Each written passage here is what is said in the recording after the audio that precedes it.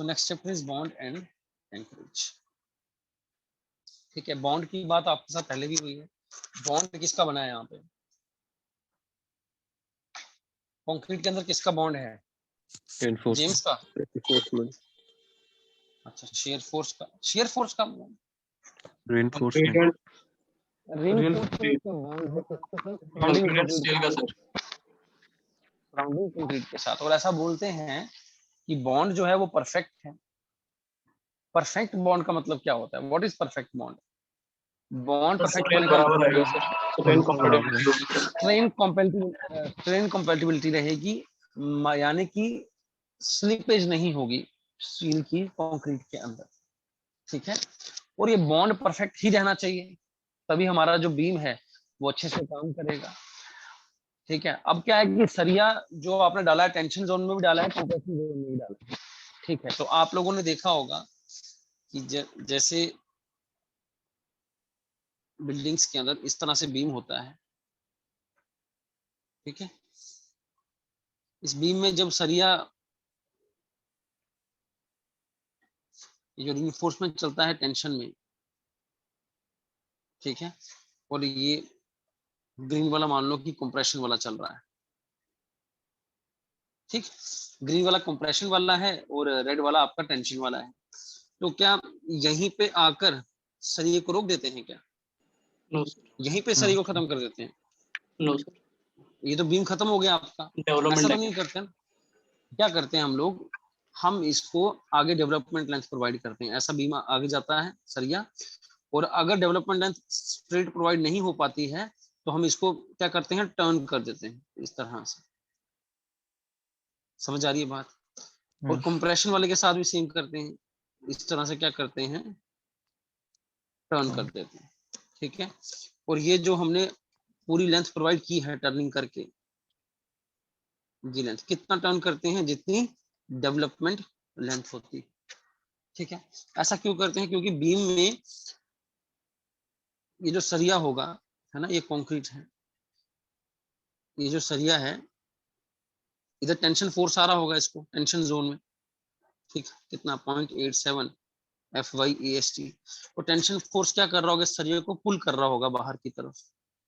और कंक्रीट का bond strong रहे तो ये जरूरी है कि स्लिपेज ना हो। स्लिपेज ना हो मतलब इसके इंटरफेस पे कुछ स्ट्रेसेस प्रोड्यूस होंगे ऐसे। इस स्ट्रेसेस को हम क्या बोलते हैं? Tau BD. टाउ बीडी क्या होता है हमारे पास? Bond stress. ठीक है, तो इस बॉन्ड स्ट्रेस को अचीव करने के लिए एक लेंथ हमें चाहिए होती है। उस लेंथ को हम लोग क्या बोलते हैं? Development length. ठीक है, तो इस चैप्टर के अंदर हम लोग बेसिकली यही डिस्कस करेंगे कि बॉन्ड कैसे मेंटेन करना है। और ये हमने एंकरेज कर दिया है ना, दिस इज एंकरेज। तो हम एंकरेज कैसे करेंगे ताकि आपका बॉन्ड जो परफेक्ट रहे। ठीक है, और किस किस तरह से एंकरेज कर सकते हैं। ठीक है, तो ये सब बातें हम लोग इस चैप्टर के अंदर डिस्कस करने वाले। चलो कुछ कहानी लिखते हैं पहले, साथ साथ में नोट करना, कहानी थोड़ी लंबी है।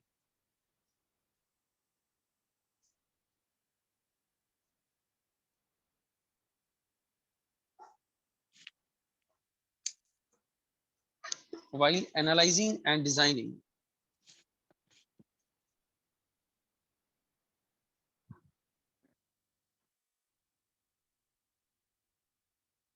reinforced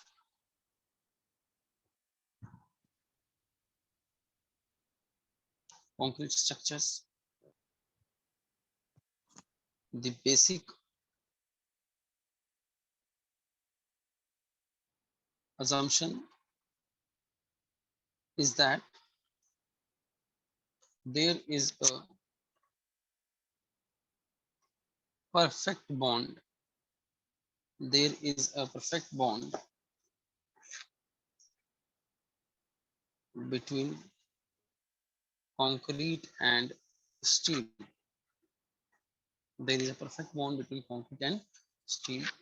Perfect bond का मतलब ये होता है that is there is absolutely no slippage. There is absolutely no slippage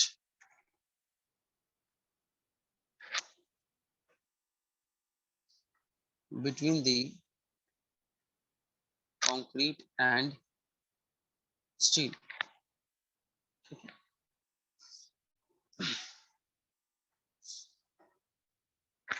Next point, if bond is inadequate,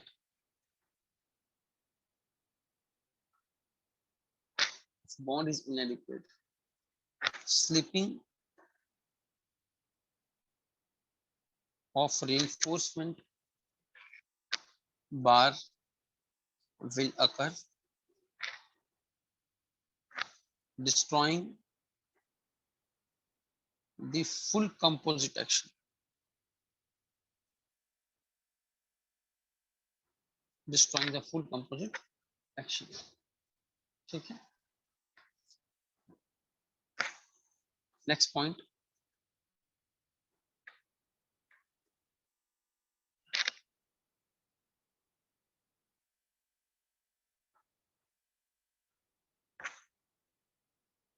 the bond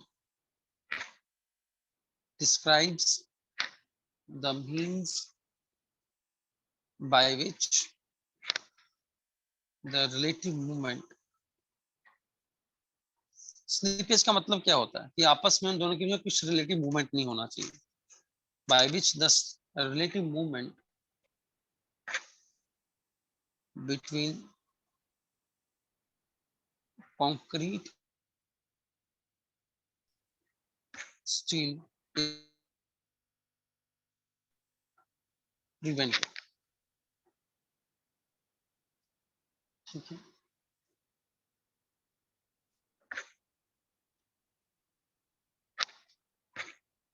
Thus bond stress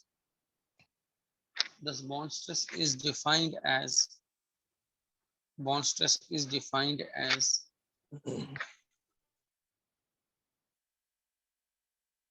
longitudinal shear stress acting on the surface between steel and concrete. है ना, ये जैसे ये दिखाया आपको, this is the longitudinal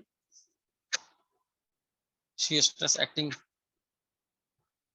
ठीक है, ये जो हाफ एल्स दिखा रहा हूं यही आपका क्या है, बॉन्ड स्ट्रेस. ठीक है, लिखेंगे पहले यहां तक.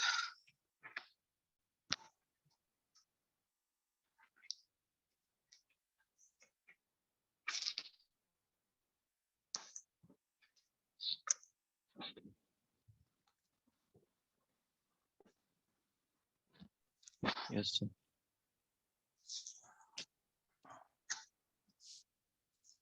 सबने लिख लिया यहां तक.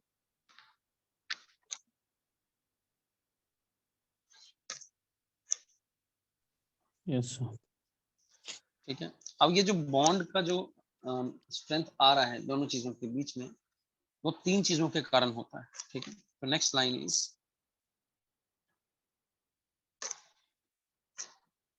bond between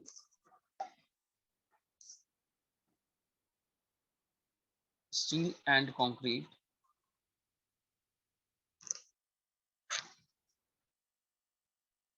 is due to combined effect of पहला adhesive resistance,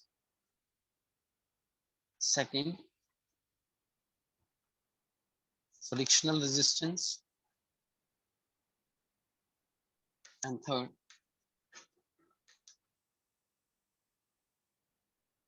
mechanical resistance. ठीक है, ये तीन कंपोनेंट्स हैं यहाँ.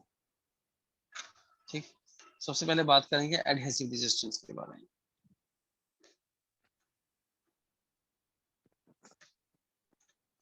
What is adhesive resistance?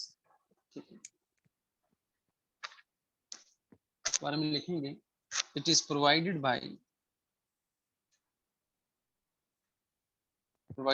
chemical gum.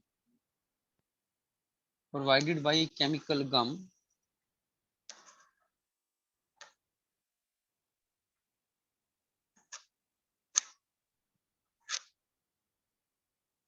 produced by concrete during setting। ठीक है, ये जो कंक्रीट सेट करता है उस टाइम ये केमिकल गम प्रोड्यूस होता है जो कि एडहेसिव रेजिस्टेंस देता है। ठीक है, second is your frictional resistance.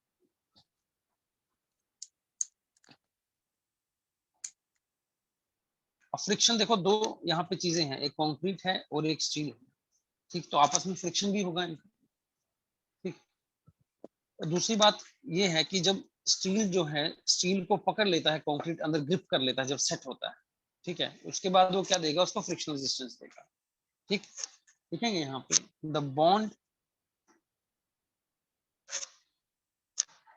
Due to friction, the bond due to friction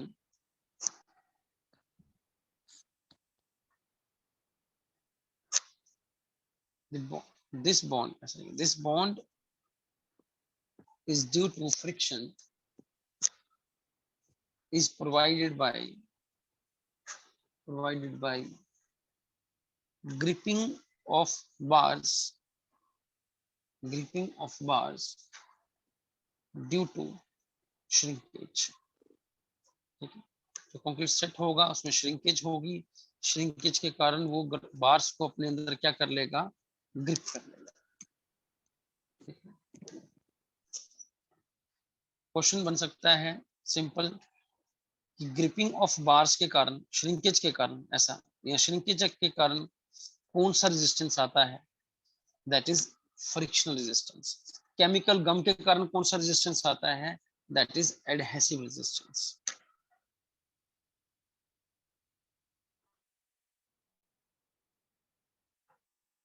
ठीक है, और थर्ड हमारे पास है मैकेनिकल रेजिस्टेंस।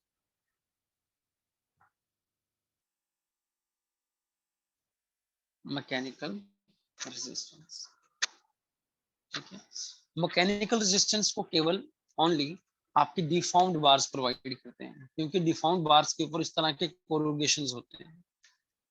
ठीक है, आपका जो माइल्ड स्टील बार होता है वो क्या प्लेन होता है, ये जो एक्स्ट्रा कोरुगेशंस हैं, है ना, तो ये एक्स्ट्रा कंक्रीट को लॉक करेंगे अपने बीच में इस तरह से।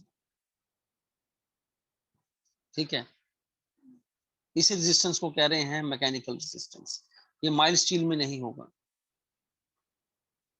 हाई रेजिस्टेंस डिफॉर्म्ड बार्स में होंगे। ठीक है, लिखेंगे द मैकेनिकल रेजिस्टेंस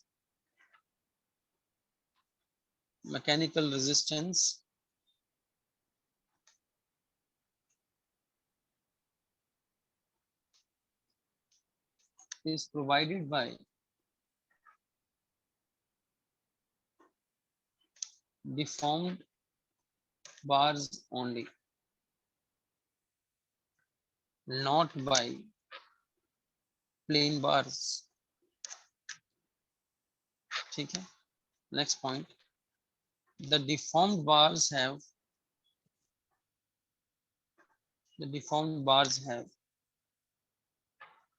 corrugations और lugs भी कहते हैं, lugs। ठीक है, and give higher bond resistance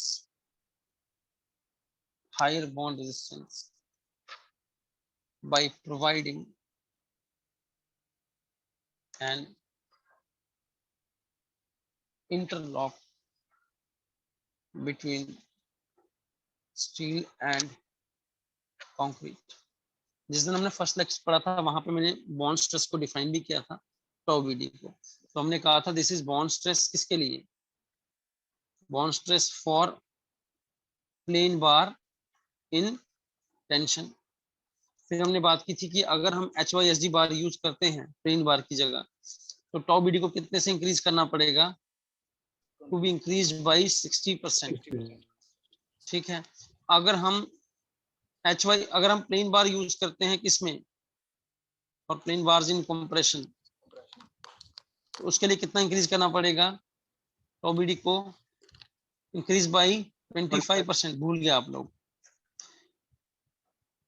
अगर HYSG बार को यूज करते हैं इन कंप्रेशन। अब दोनों लगेंगे, कितना हो जाएगा? इंक्रीज बाय 60%, किसके कारण? HYSG के कारण, एंड इंक्रीज बाय 25%। क्यों? हमने टेंशन की जगह कहाँ यूज किया उसको? कंप्रेशन में। ठीक है, तो कितना हो जाएगा? नेट कितना आपका चेंज आएगा? That is tau BD into 1.60 into 1.25, मतलब 2 गुना हो गया टाउ BD। करके देख लो चाहे।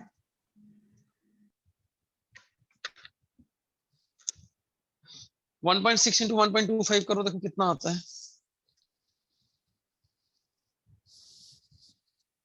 2.48.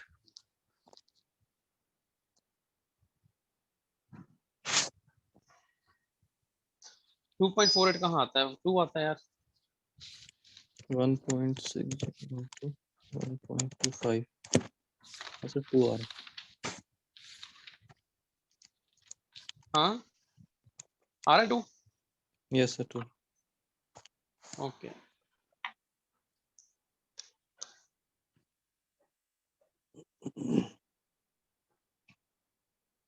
ठीक है, ये नोट कर लो। ये तो हमने पहले चैप्टर में पढ़ लिया था, तो भी मैं इसको यहाँ फिर से लिखा दिया है। ठीक है, तो BD की वैल्यूज भी लिखाई थी आपको, और मैंने कहा था कुछ याद भी कर लेना। मैंने कहा 2 ही वैल्यूज याद करनी है, एक टाउ BD की और एक सिग्मा CBC की। आई होप कर ली होंगी आपने याद।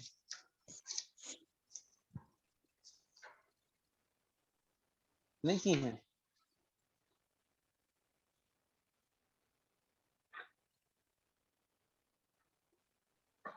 ठीक है, नहीं की है तो फिर कर लो, फिर से लिख देता हूँ वैल्यूज। ठीक है,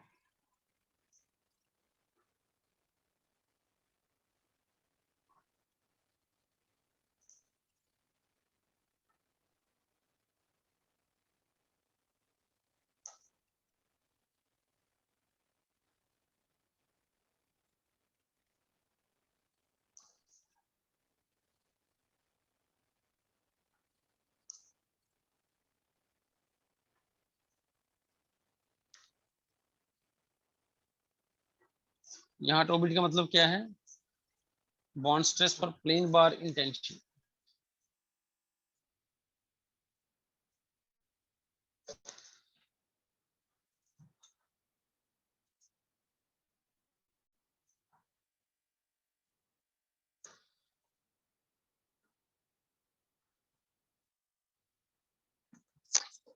हो गया?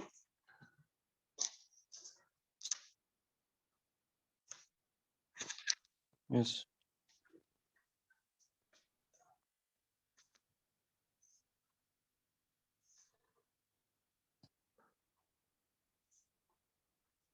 कर ली सबने नोट?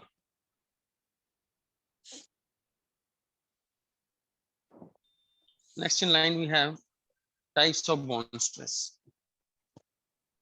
बॉन्ड स्ट्रेस क्या होता है वो तो आप समझ गए। कितने तरह की बॉन्ड स्ट्रेस होती है? 2 तरह की होती है। पहली होती है फ्लेक्सुरल बॉन्ड स्ट्रेस,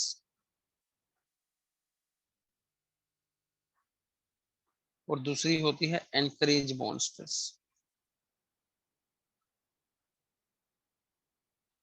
ठीक है, फ्लेक्सुरल बॉन्ड स्ट्रेस क्या होता है पहले उसे डिस्कस करते हैं। What is flexor? फ्लेक्सर का मतलब क्या होता है? What is flexor? मतलब बेंडिंग। बेंडिंग. ठीक है, फ्लेक्सर मतलब बेंडिंग। तो बेंडिंग के कारण क्या आता है? बेंडिंग मोमेंट आता है ना? यस ठीक है, तो देखो मैं इसको कैसे करूंगा define. The change in bar force along its length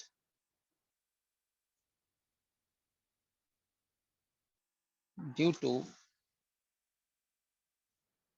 variation in bending moment in its length.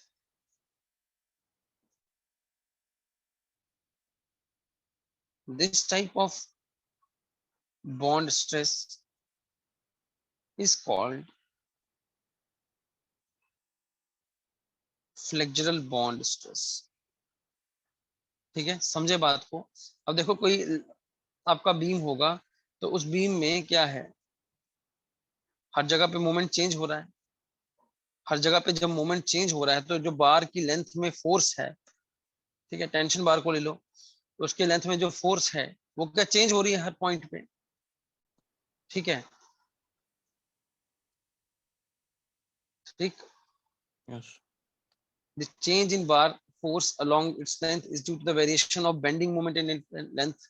This type of bond stress is called as flexural bond stress. जब फोर्स चेंज हो रही है तो adjoining कंक्रीट भी उसी तरह का आपका स्ट्रेस लगाएगा, उसी स्ट्रेस को हम लोग क्या बोलते हैं, बॉन्ड स्ट्रेस बोलते हैं। तो उसी तरह से बॉन्ड स्ट्रेस पूरे लेंथ में चेंज होता हुआ दिखेगा आपको, ठीक है, because of the variation in bending moment. Second bond stress जो है that is encourage bond stress, ठीक है। एनकरेज बॉन्ड स्ट्रेस जब बात करते हैं तो हम लोकेशन स्पेसिफाई कर रहे हैं उसकी। अब एनकरेज किया जाता है एंड पर, जैसे मैंने ये एग्जांपल दिया आपको स्टार्टिंग में, ये हम कहाँ पे देख रहे हैं, कट ऑफ पॉइंट पर, जहां पे कट ऑफ हो रहा है, ठीक है, बिल्कुल एंड पर।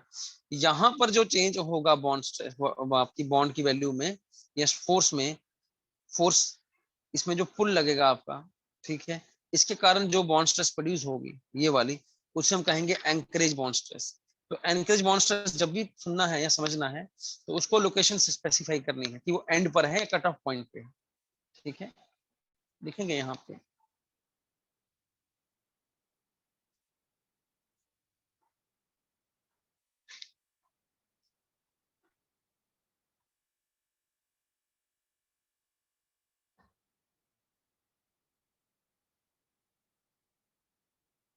This bond stress arises near the extreme end or cut-off point of a bar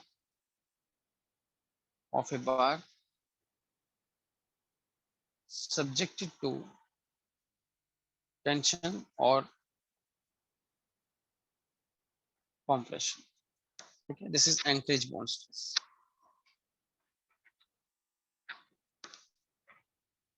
ठीक है, नोट करें।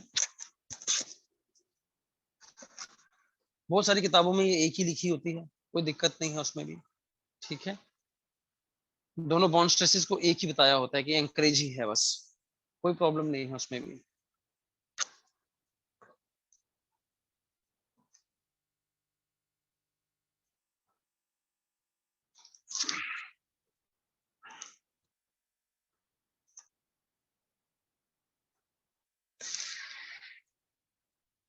चलें आगे। जी सर। ठीक है, तो फ्लेक्सुरल बॉन्ड स्ट्रेस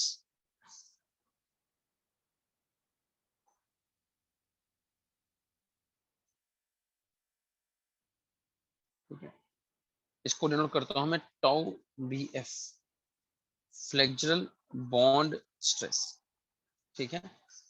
इसका ही मैं आपको जनरल एक्सप्रेशन दे रहा हूँ, tau B F is equal to shear force upon summation O into Z। ये चीज डिराइव करके निकलती है, बट डेरिवेशन करना अभी हमारे लिए सही नहीं है, ठीक है, कुछ उससे हमें पता नहीं चलेगा डेरिवेशन करके भी। हमको बस ये रिजल्ट याद रखना है इसका कि फ्लेक्सुरल बॉन्ड स्ट्रेस किन किन वैल्यूज पे डायरेक्टली प्रोपोर्शनल है और किन वैल्यूज के इनडायरेक्टली प्रोपोर्शनल है। अगर आप ये एक्सप्रेशन देखेंगे तो आपको समझ आएगा कि जो फ्लेक्सुरल बॉन्ड स्ट्रेस है या टाउ बी एफ है वो डायरेक्टली प्रोपोर्शनल है। Tau BF is directly proportional to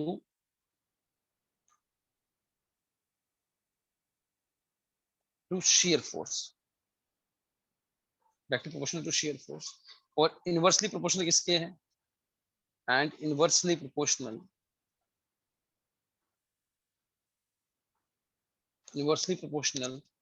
to summation O। ये summation O क्या चीज है, summation O होता है हमारा, यहां ध्यान से देखना, is the sum of perimeters of bars at a section। देखो यहाँ पे ये ऑब्जेक्टिव का पॉइंट है यहाँ पर, ठीक है, ध्यान से देख लेंगे। पहली बात तो ये है कि जहां पर शेयर फोर्स ज्यादा होगा जिन लोकेशंस पे, उधर क्या है आपका बॉन्ड स्ट्रेस का वैल्यू भी ज्यादा आएगा। दूसरा पॉइंट ये है inversely proportional to summation O, मतलब कोई पैरामीटर ऑफ बार्स का, ठीक है, sum of perimeter of bars at a section. मैं यहाँ पे नोट में लिखता हूँ, जो पॉइंट मैं समझाना चाह रहा हूँ वो नोट में समझा के लिखा के फिर समझा दूंगा। ठीक, पहला पॉइंट आ गया, flexural bond stress is high at locations of high shear. ठीक है, वो हमें एक्सप्रेशन से पता चल रहा है, at locations of high shear. Second point, this bond stress can be effectively reduced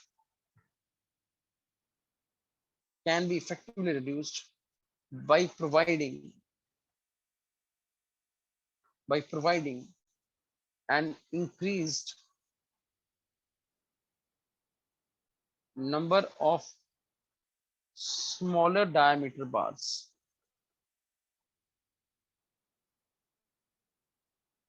to give the same equivalent AS। समझे पॉइंट को? क्योंकि टो बीएफ जो है वो इनवर्सली प्रोपोर्शनल है किसके, समीशन ऑफ पैरामीटर्स के। तो अगर आप एक बड़ी बार यूज करोगे या बहुत सारी छोटी छोटी बार्स यूज करोगे, ठीक है, तो ज्यादा पैरामीटर आपका किसका निकल के आएगा, छोटी छोटी बार्स का। नंबर ऑफ, आपने number of smaller diameter bars को क्या करना है, इंक्रीज कर देना है। वो भी उतना ही इक्विवेलेंट एएसटी देंगी जितना एक बड़ी बार दे रही होगी, पर फर्क क्या पड़ेगा, समीशन ओ बढ़ जाएगा, समीशन ओ बढ़ जाएगा तो टो बीएफ कम हो जाएगा। और this is important point for objective.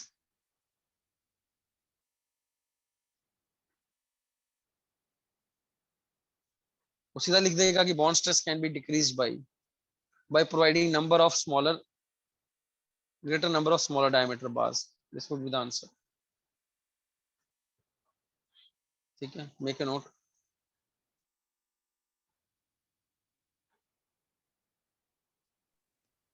Z क्या था सर? Z यहाँ पे लीवर आर्म होता है, Z is lever arm, compression और टेंशन के बीच का फर्क, lever arm.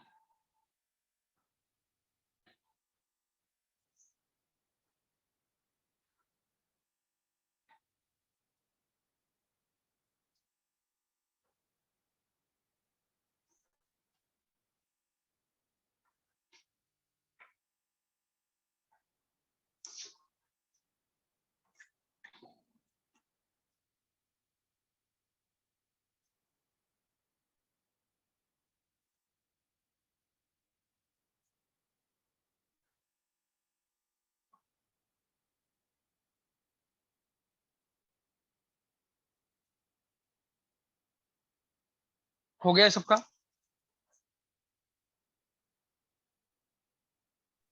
Yes sir.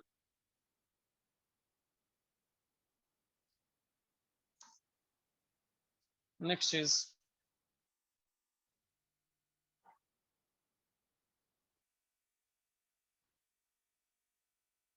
increase bond stress and development length।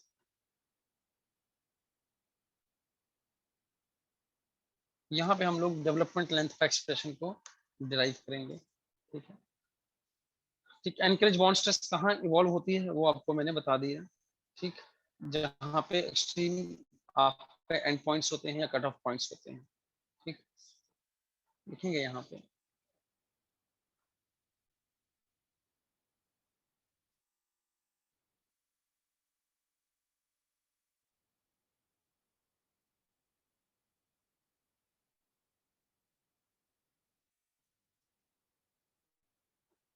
ये आपका बार है,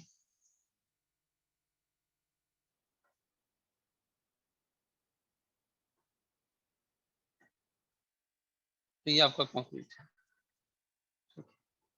अब अगर इस बार में कोई फोर्स लगेगा टेंशन का,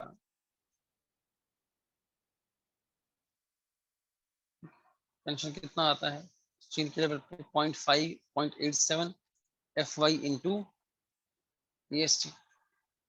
इस तरह से कुछ बॉन्ड स्ट्रेसेस जो हैं वो प्रोड्यूस हो जाएंगी। ठीक है, जिसको हम डिनोट करेंगे किससे, टाउ बी डी से टाउ बी डी, ठीक है। अब यहाँ लिखते हैं कुछ,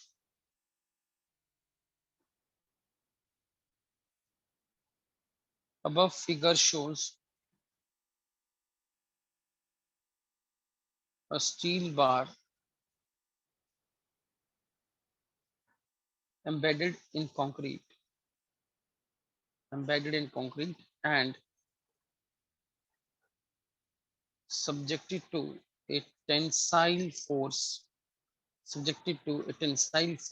T, tensile force T. Due to this force,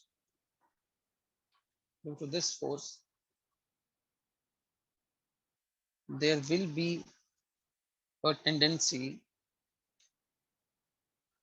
of the bar to slip out, and this tendency, और इसको कौन रोकेगा, is resisted by bond stress developed at the perimeter of the bar, ठीक है। जैसे ही फोर्स चीज को पुल आउट करने की कोशिश करेगा, उसी वक्त क्या हो जाएगी, बॉन्ड स्ट्रेस डेवलप हो जाएगी आपकी, और उसको बार को स्लिप आउट करने से में हेल्प, स्लिप आउट से बचाने में हेल्प करेगी, ठीक है।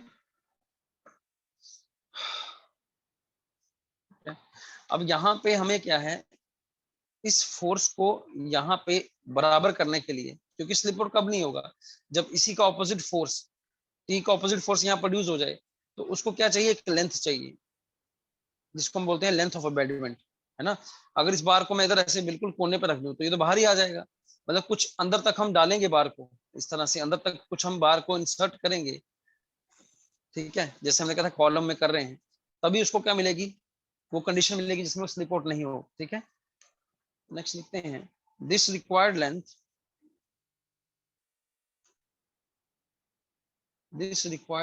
लेंथ यानी कि LD is called anchorage length, ठीक है। In case of axial tension, अगर एक्सियल टेंशन का केस हो तो उसे हम क्या कहते हैं, एनकरेज लेंथ कहते हैं, या कंप्रेशन का केस हो, एक्सियल कंप्रेशन का। But in case of flexural tension हम इसे कहते हैं डेवलपमेंट लेंथ। डेवलपमेंट लेंथ किसमें कहते हैं, in case of flexural tension, जो टेंशन बेंडिंग की वजह से आता है, तो होता तो चीज तो एक ही है, बस नाम अलग अलग, एनकरेज लेंथ और डेवलपमेंट लेंथ। क्या है ये, द डेवलपमेंट लेंथ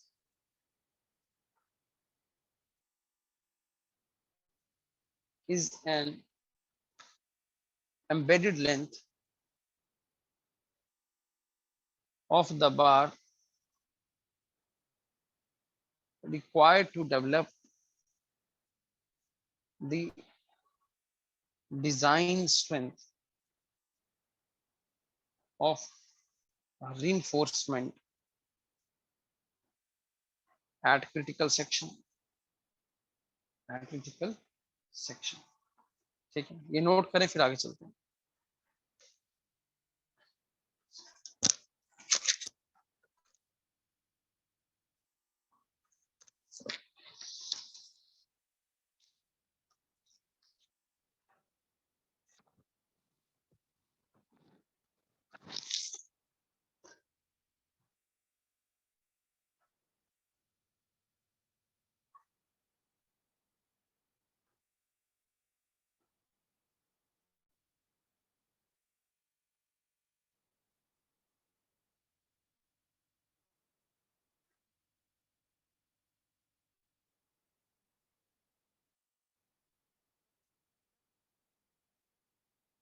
हो गया,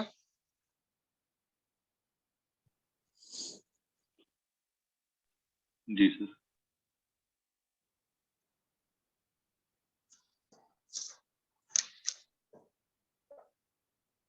ठीक है, अब देखो यहाँ पे मैं ड्राइव करूंगा कुछ। अब ये जो टेंशन फोर्स है ये रेजिस्ट किसने करनी है, टाउ बी ने रेजिस्ट करनी है। तो क्या ऐसा लिख सकता हूं मैं कि जो टेंशन है यानी कि 0.87 F Y A S T, उसको बराबर करना पड़ेगा tau B D. Tau B D तो क्या स्ट्रेस है, स्ट्रेस इनटू क्या करना है, एरिया करना है। क्या फाई का इस बार का डायमीटर सर्कमफ्रेंस क्या है, 5/4 ये 2 πr पाई बाई yd। अरे टू टू पाई आर है ना सर्कमफ्रेंस, इनटू क्या कर दूं, एल डी। ठीक है, अच्छा अब यहाँ पे क्या ए एस टी है, तो ए एस टी को जरा खोल लें। एफ वाई क्या हो जाएगा, पाई बाई 4 इंटू बार का square diameter, tau B D into pi phi into L D. ये फाई और फाई यहाँ कैंसिल हो जाएंगे, पाई और पाई कैंसिल हो जाएंगे, तो एल डी का एक्सप्रेशन बच गया आपके पास। क्या आया ये, 0.87 F Y upon 4 tau B D into 5. This is the expression for the development length and it's very important.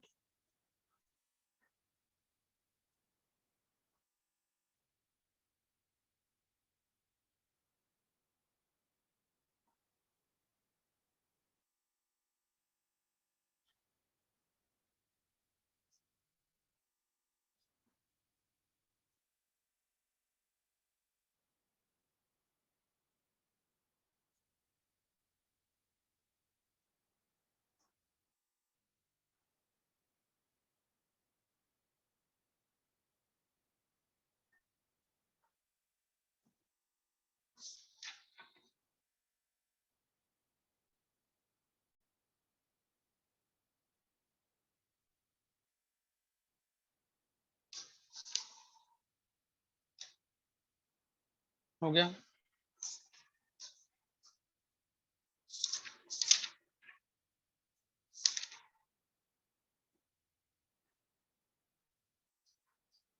Done. Yes sir. जरा क्वेश्चन करेंगे इस पे।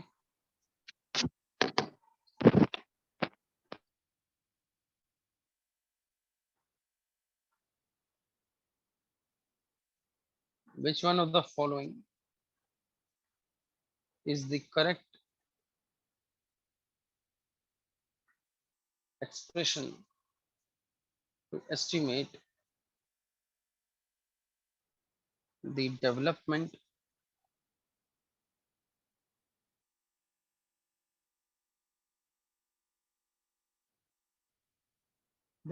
length of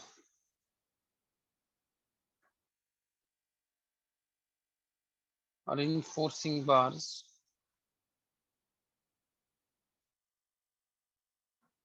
as per IS code limit state method? Option A 5 sigma s upon 4 by 5 tau bd, 5 sigma s upon 5 times tau bd. Option C 5 sigma s upon 6.4 tau bd, and D option is 5 sigma s upon 8 times 84 4 time tau bd। बताएं क्या answer है, D part.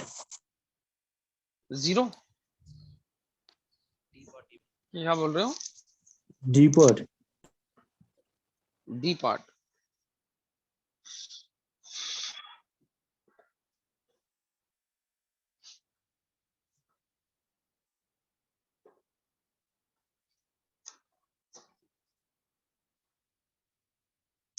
सब लोगों का D part आ रहा है,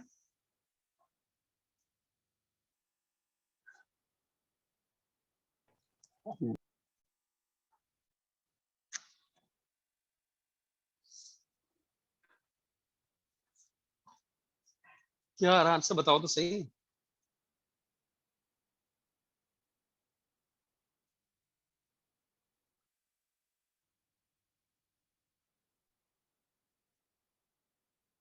C पर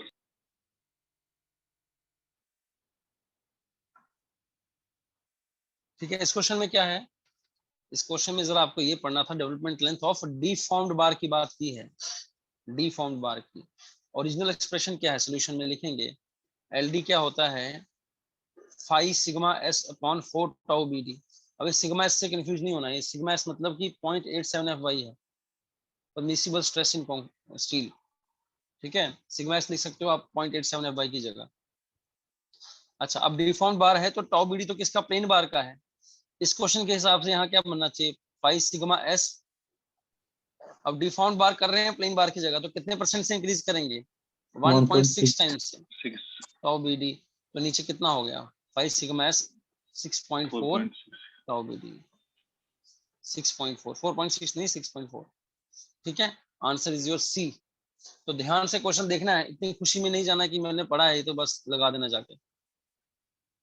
ठीक है, आप लोगों ने डिफॉर्म वहां गलती कर दोगे, डिफॉर्म नहीं पढ़ोगे वहां। ठीक है, ध्यान देना।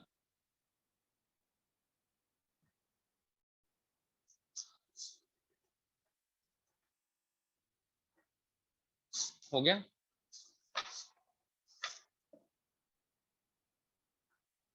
बहुत बार क्वेश्चन सिंपल सिंपल आता, बार के केस में कितना बॉन्ड स्ट्रेस बढ़ा दिया है ना, मैं वो नहीं लिखा रहा, वो बहुत ही सिंपल हो गया। अब कि प्लेन बार को बना दिया डिफॉर्म बार पे, कितना परसेंट बढ़ाया, 60%। ठीक है, कितनी बार लिखा दिया, एक क्वेश्चन में देख रहा हूँ इस तरह के बने हुए हैं।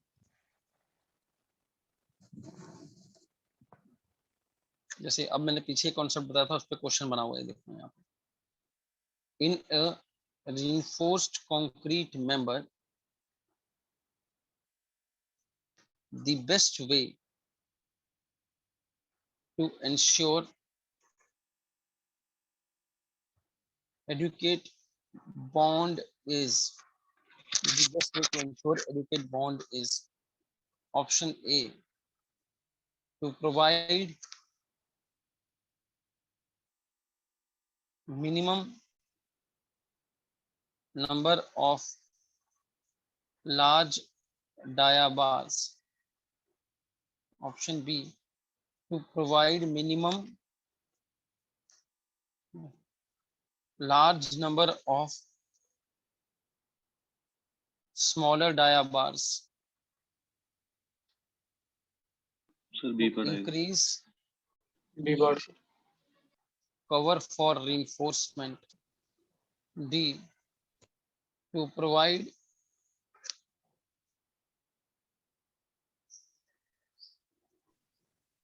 additional stirrups. तो आंसर क्या रहेगा आपका, B part. To B provide part। Large number of. ठीक है, वही बात जो हमने डिस्कस की, नोट में लिखा था, स्मॉलर डायमीटर के ज्यादा बार डालो तो पैरामीटर ज्यादा मिलेगा, पैरामीटर ज्यादा मिलेगा तो बॉन्ड का स्ट्रेस वहां पे कम आएगा, तो आपका बॉन्ड क्या है, सही तरह से बिहेव करेगा। ठीक है, क्लियर है। नेक्स्ट लिखेंगे,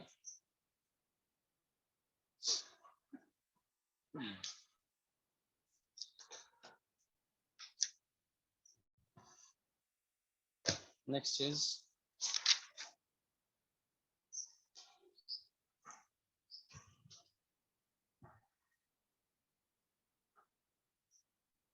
use of bundled bars,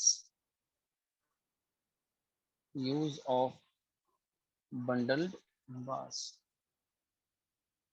use of bundled bars। ठीक है, बंडल्ड बार्स का मतलब क्या होता है, इस तरह के अरेंजमेंट में बार को यूज करना। ठीक है, दिस इज बंडल्ड बार। कहने का मतलब अगर मैं दिखाऊं क्रॉस सेक्शन बना के पूरा,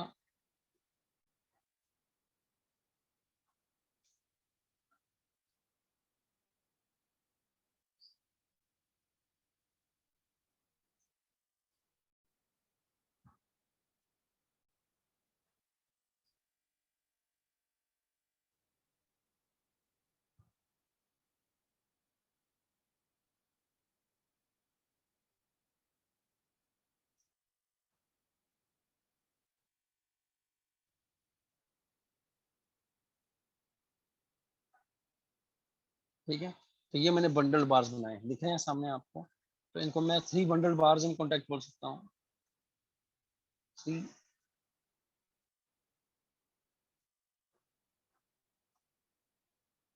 bars in contact.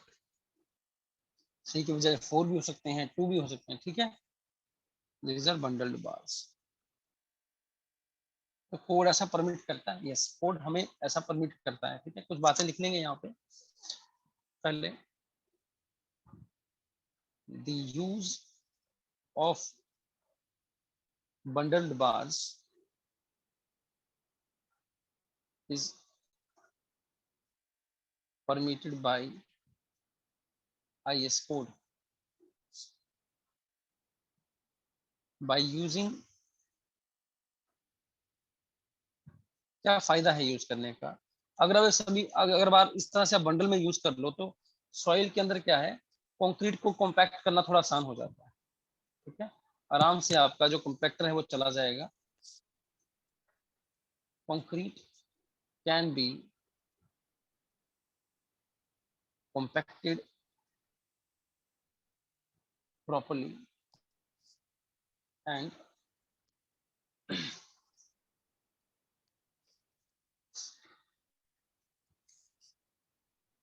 these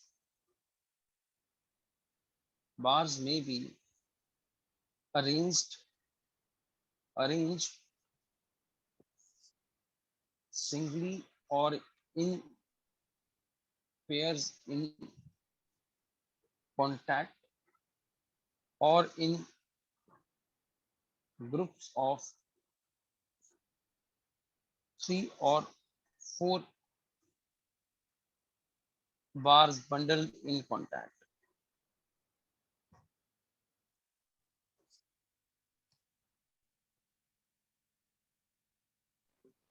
sir second point एक बारी रीड करना। By using bundled bars, concrete can be compacted properly and these bars may be arranged, these bars may be arranged singly or in pairs in contact or in groups of 3 or 4 bars bundled in contact, ठीक है। Next point, bundled bars shall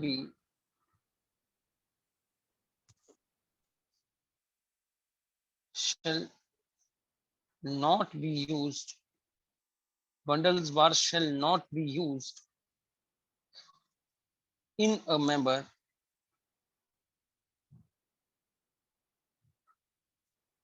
without stirrups। Without stirrups आप bundle bars को use नहीं करेंगे। Next point,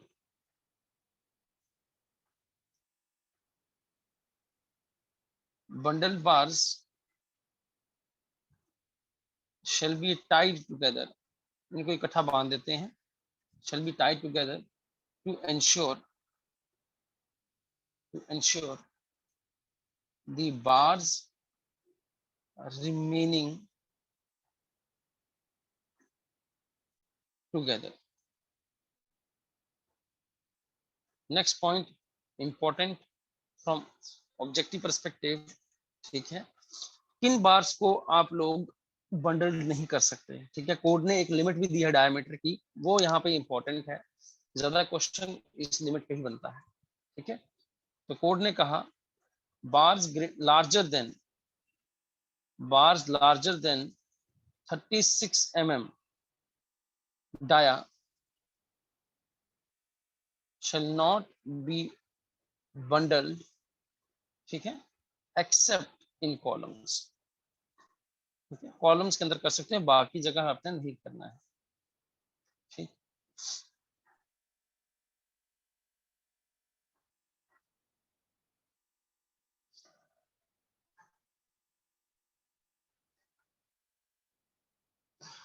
note करो इतना पहले।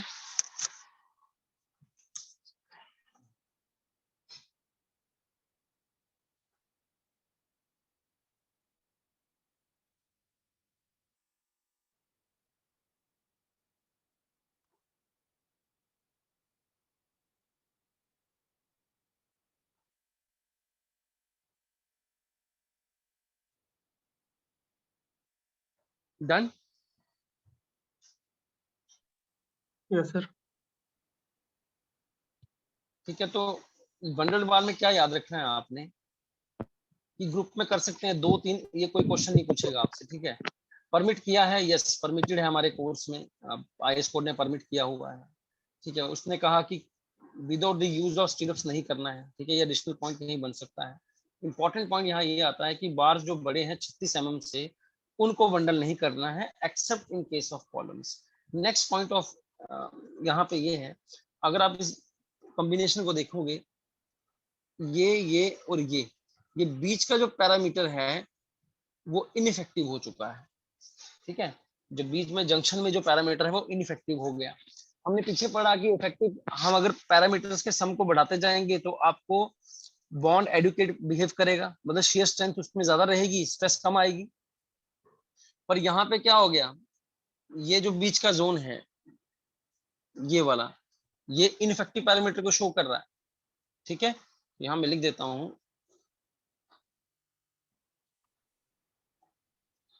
Ineffective parameter in bond, मतलब इतना जो एरिया है, इतना जो पेरीमीटर है, उसका कंक्रीट के साथ बॉन्डिंग ही नहीं हुआ है, ठीक। बस अब नेक्स्ट रिकमेंडेशन बनेगी, यहाँ पर देखेंगे।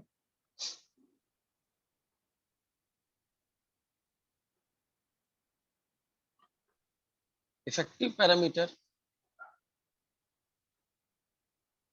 For a group of bars, for a group of bars is less than the sum perimeters of individual bars। Individual bar होगा तो उसको तो पूरा पैरामीटर मिलेगा पाई फाई, ठीक है।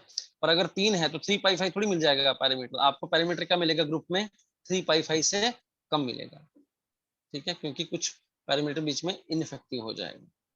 नेक्स्ट पॉइंट, देयरफॉर, तो अगर आपका समझो इसका डेवलपमेंट लेंथ पे क्या असर पड़ेगा, अगर आपका पैरामीटर डिक्रीज हो रहा है इफेक्टिव, तो डेवलपमेंट लेंथ को बढ़ाना पड़ेगा कि घटाना पड़ेगा, बढ़ाना पड़ेगा। यस एग्जैक्टली, डेवलपमेंट लेंथ को बढ़ा देते हैं in case of bundled bars, क्योंकि वहां पे इफेक्टिव पैरामीटर डिक्रीज हो जाता है। Therefore the development length of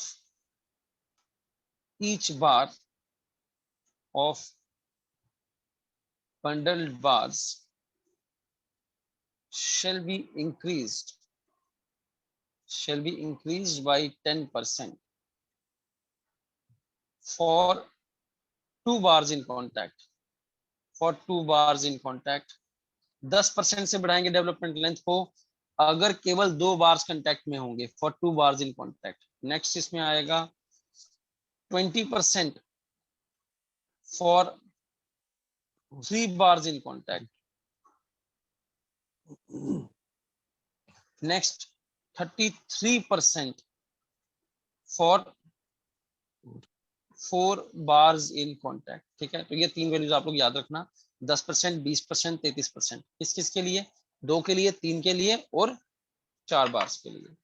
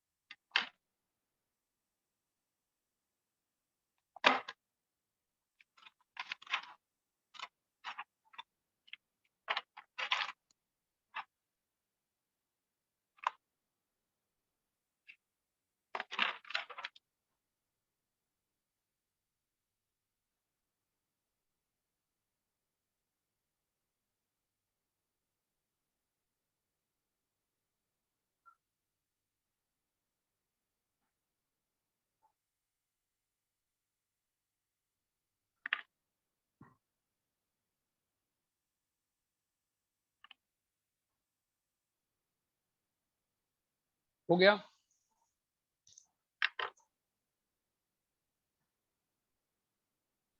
yes sir. अब बताओ। समझ आ रहा है इतना जितना किया?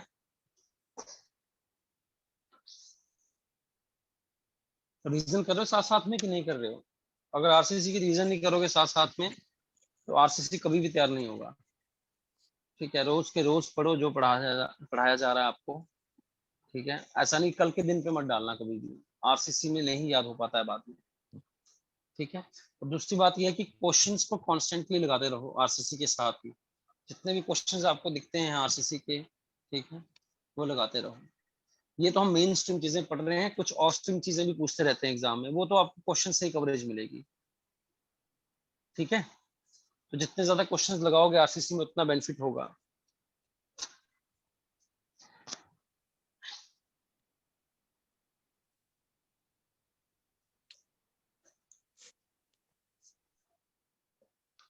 नेक्स्ट पढ़ेंगे, चलें आगे। जी जी सर। खाना वाना खा के बैठे हो या ऐसे ही बैठे हो? सर, हमारा तो बंद है, वालों को पता खाना खाना खाना अच्छा, आज तभी शांति है कुछ है। आपका बंद हो गया, बाकी वालों का पता खाना नहीं। सर अभी खाना है अभी।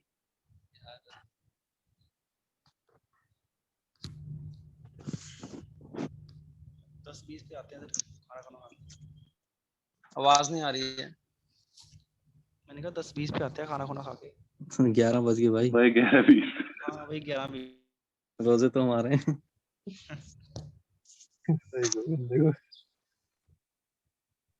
ब्रेक करें फिर क्या करें? खाने वालों को पूछ के। चलो ब्रेक कर लो यार, ठीक है, मैंने भी खाना खाना, मैंने खाया नहीं। 10:30 11:30 मिलते हैं, ठीक है, 11:30। ठीक है सर। Okay sir.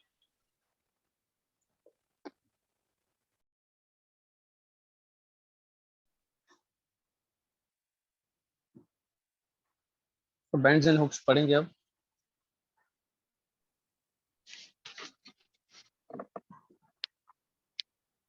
तो पहले भी बात करी हमने, जब भी हम डेवलपमेंट लेंथ को स्ट्रेट प्रोवाइड नहीं कर सकते, हम लोग क्या करते हैं, बार को बेंड करते हैं। ठीक है, जैसे कि ये बार है, हम क्या करेंगे, अगर स्ट्रेट हम एलडी नहीं प्रोवाइड कर सकते, ठीक है, इस फेस के आगे हम एलडी प्रोवाइड करते हैं, तो इसको क्या करते हैं, इस तरह से बेंड कर देते हैं, और इस लेंथ को क्या बोला जाता है, डेवलपमेंट लेंथ। ठीक है, ये हमने कुछ बेंड किया है, ठीक है, इसको 90 डिग्री बेंड बोलते हैं या एल बेंड बोलते हैं। ठीक है, हुक क्या होता है, हुक होता है कि अगर बार को इस तरह से पूरा 180 घुमा दिया, 180 डिग्री से घुमा दिया, तो उसे हम हुक कहेंगे। ठीक है, इसे हम क्या कहेंगे, एल बेंड। इसके बारे में ही पढ़ना है। ठीक, तो पहले कुछ लिख लेते हैं।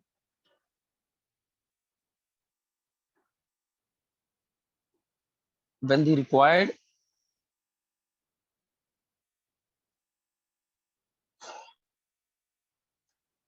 development length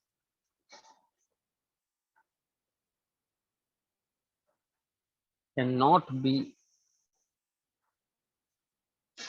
यहाँ पे लिखेंगे straight, when the required straight development length cannot be provided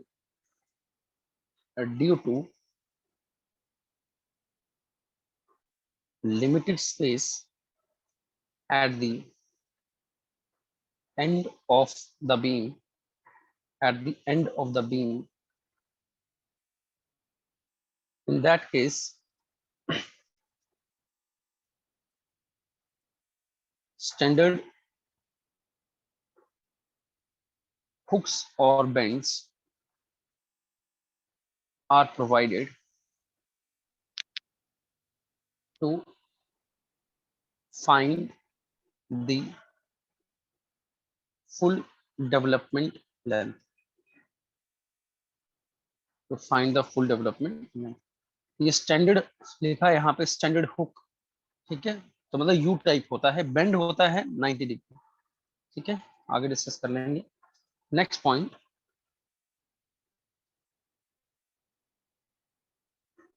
the common type of encourage provided, the common type of anchorage provided are U type hook U type hook and L type bend and L type bend.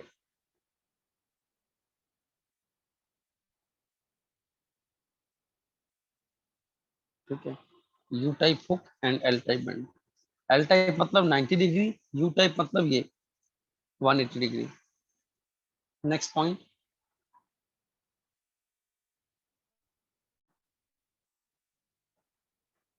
the anchorage value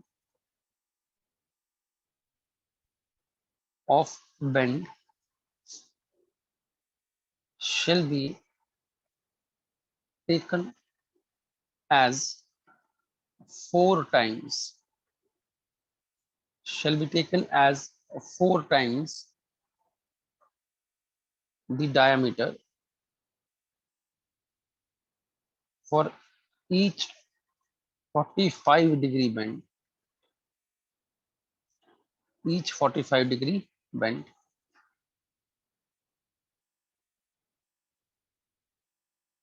Subject to maximum of 16 times the dia of bars. Subject to 16 times the dia of bars. ठीक है, जरा इसको समझेंगे. जैसे कि हर 45 degree के लिए आपका एंकरेज वैल्यू कितना आएगा, 4 times the diameter of 4 times the diameter. ठीक है, आप एल बेंड जो है स्टैंडर्ड जिसको बेंड बोल रहे हो, उसमें 45 के कितने हुए हैं, 2 हुए हैं, है ना, ये 45 और ये भी 45. ठीक, तो अगर आपको एल बेंड का एंकरेज वैल्यू पूछ लिया, anchorage value for L bend, तो क्या बताओगे,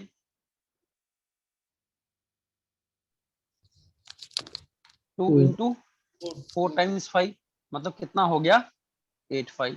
सिमिलरली अगर आप 180 डिग्री बेंड करते हो, 180 डिग्री बेंड करते हो तो कितना 180 हो गया. तो इसमें कितनी बार 45 से कितने बेंड किए हैं, 4 किए हैं, 45 के 4 बेंड हुए हैं. तो एनकरेज वैल्यू आपका कितना आएगा इसका, यू टाइप हुक बेंड कितना आएगा, 4 टाइम्स 4 5 तो 16 5. तो कोड ने ये भी लिखा है कि हर 4 5 करना है आपने, 4 times the diameter for each 45 degree bend, subjected to maximum. Maximum कितना ले सकते हो, 16 गुना. तो 16 गुना किसमें मिलेगा आपको, 16 टाइम्स किसमें मिलेगा, यू टाइप बेंड में. ठीक है, इसकी डायग्राम बनाऊंगा भी, आप लिखना मत इसको. ठीक है, इसकी डायग्राम मैं भी बनाऊंगा.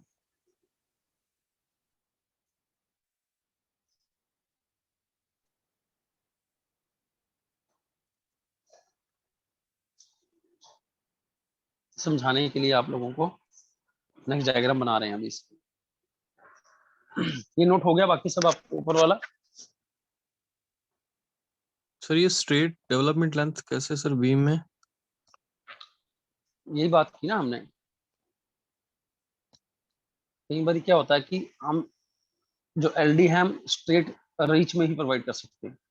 स्ट्रेट करोगे तो इतनी जगह होगी कि स्ट्रेट में ही उसको प्रोवाइड हो जाएगी. पर अगर जगह नहीं होगी, है ना, अगर ये स्पेस कम होगी यहाँ पर, तो फिर क्या करना पड़ेगा, बार को बेंड करना पड़ेगा. ठीक है, तो उसको बेंड करना पड़ेगा. तो कौन कौन से बेंड देने हैं आपने, तो 2 तरह के बेंड देते हैं, या तो यू टाइप बेंड देते हैं या एल टाइप बेंड देते हैं. एल टाइप बेंड का इंक्रीज वैल्यू कितना होता है, 85. यू टाइप बेंड का इंक्रीज वैल्यू कितना होता है, 16.5. ऐसे. ठीक है,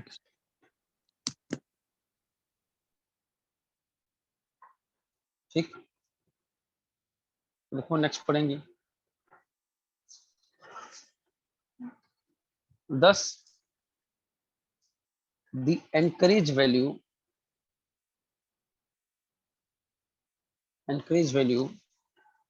of standard hook and standard bend. ठीक है, अब स्टैंडर्ड बेंड आपके दिमाग में कौन सा छप जानी चाहिए पिक्चर, एल बेंड. बेंड देखो एल है, हुक मतलब यू टाइप. ठीक है, हुक मतलब यू टाइप, बेंड मतलब L, 90 degree bend. 90 degree bend को ही स्टैंडर्ड बेंड कहते हैं, यू टाइप हुक को ही क्या कहते हैं, स्टैंडर्ड हुक कहते हैं. ठीक है, shall be taken as, क्या लिखूं, 16/5 and 8/5 रिस्पेक्टिवली। ठीक है, समझ आ रहा है? स्टैंडर्ड हुक का कितना हो गया? 16/5 ठीक है, स्टैंडर्ड बैंड का कितना हो गया? 8/5। 8 क्लियर है?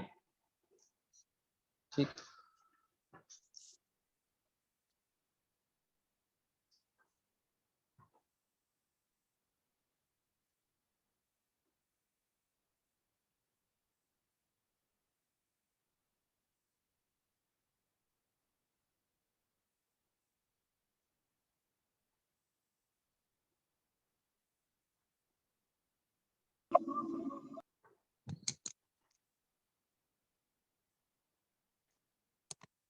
ठीक है। तो ये कुछ मैंने बनाने की कोशिश की है, थोड़ा सा डिस्टर्बिंग बना है, बट आप लोग समझ आना। ठीक है, अच्छा, अभी आपका मेन बार चल रहा है, ये आपका मेन बार है, यहाँ से दिस इज योर मेन बार। और यहाँ से हमने प्रोवाइड किया है इसको एनकरेज लेंथ। ठीक, इसका एनकरेज वैल्यू कितना आएगा बताओ?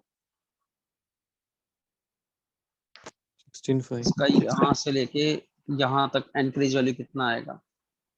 दिस ब्लैक वाला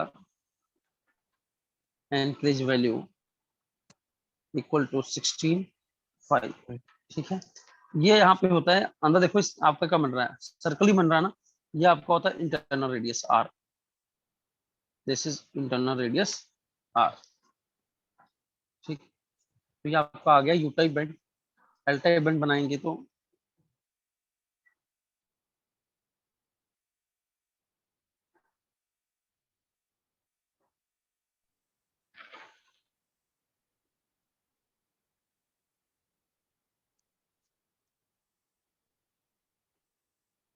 ऐसा।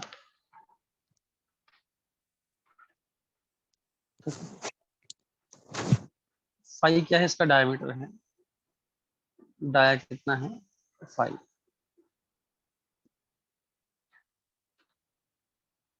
ठीक,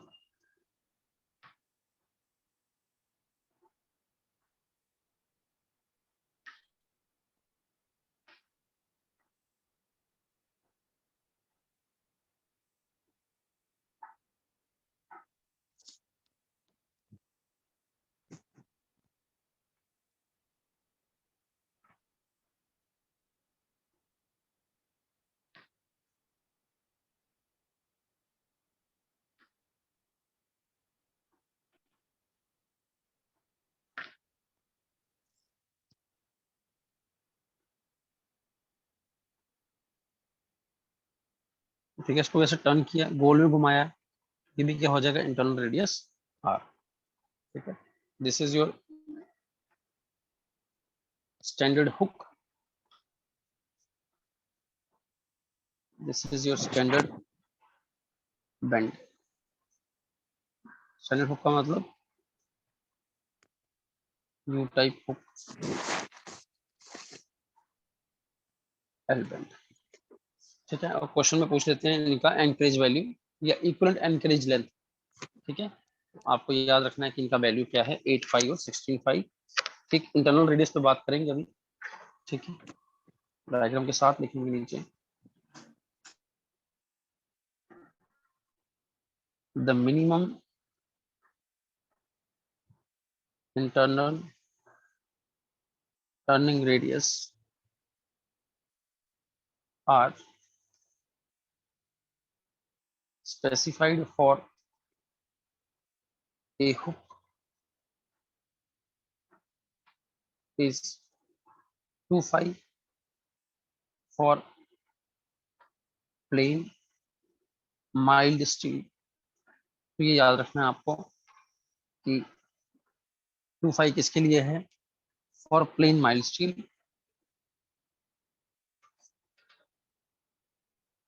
एंड 4/5 फॉर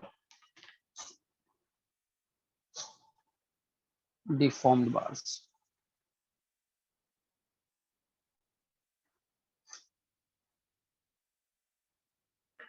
आर की वैल्यू 25 या 45, ठीक है, डिपेंडिंग स्टील कैसा है। Fe250 के लिए 25, 45 आपका HOSG के लिए।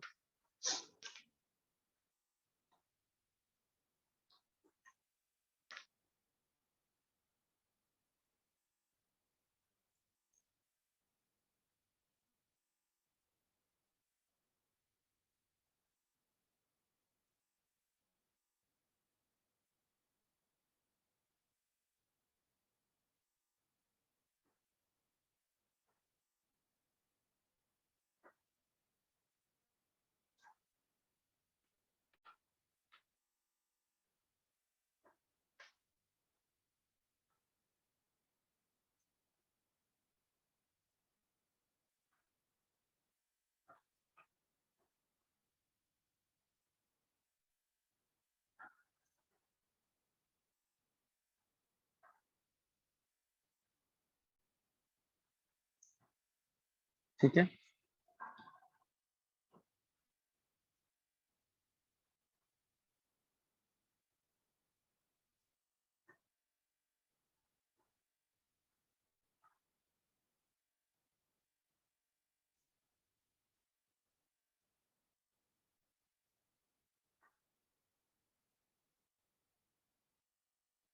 हो गए। Yes sir.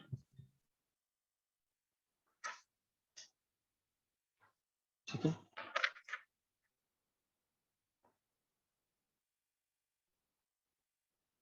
अब देखो जो प्लेन बार है, ठीक है, प्लेन बार को जैसे कि let's say प्लेन बार है, प्लेन बार समझते हो, ठीक। इसको नॉर्मली हम क्या करते हैं, इस तरह से एक बेंड प्रोवाइड करा देते हैं, चाहे उसका मीट हो भी रहा हो एलडी, अगर उसका एलडी मीट भी हो रहा हो स्ट्रेट रीच में, ठीक है, फिर भी उसको हम क्या करते हैं, एक बेंड प्रोवाइड कर देते हैं।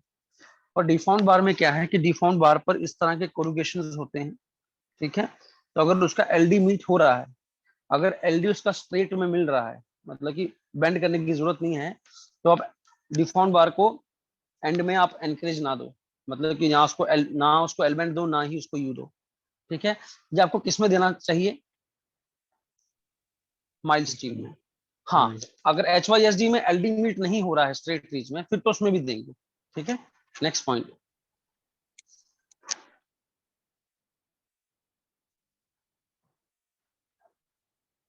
deformed bars may be used without end anchorages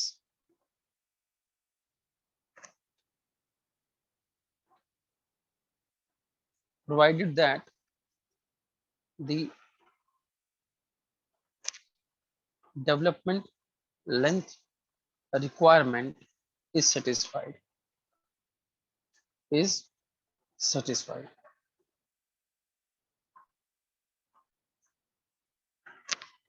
Hooks should normally be provided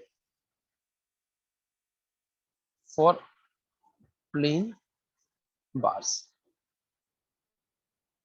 ठीक है, इसे लिख लें।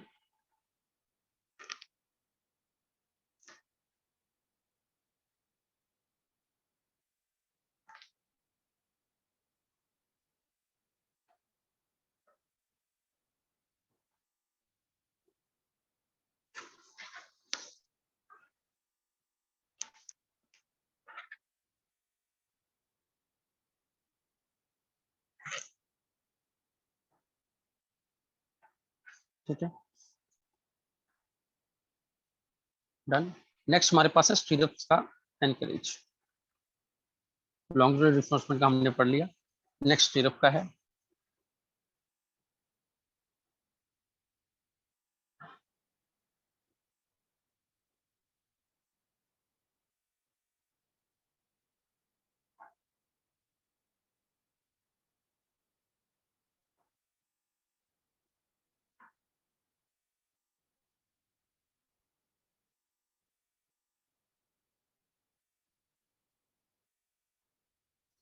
ठीक है।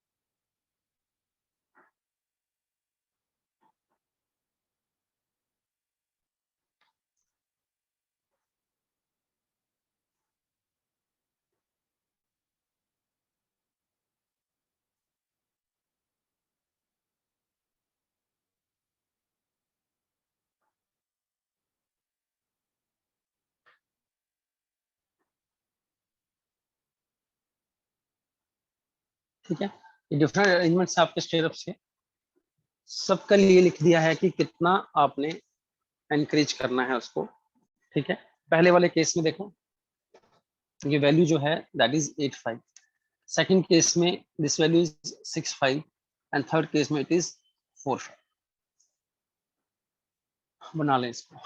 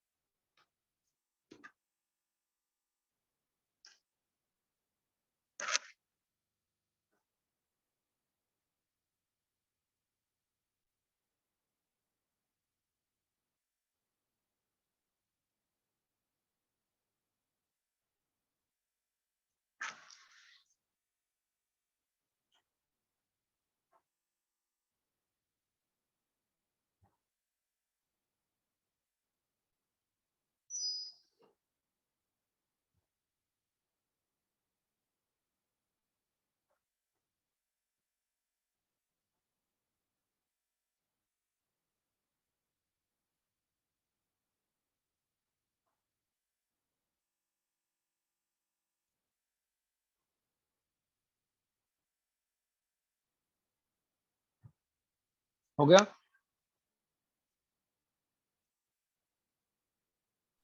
Yes sir.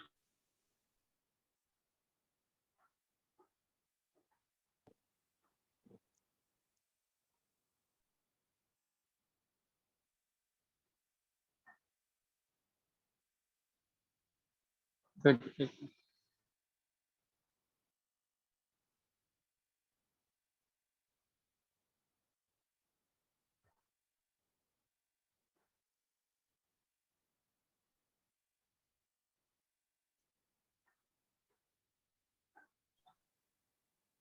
तो ये क्या क्या टाइप है सर?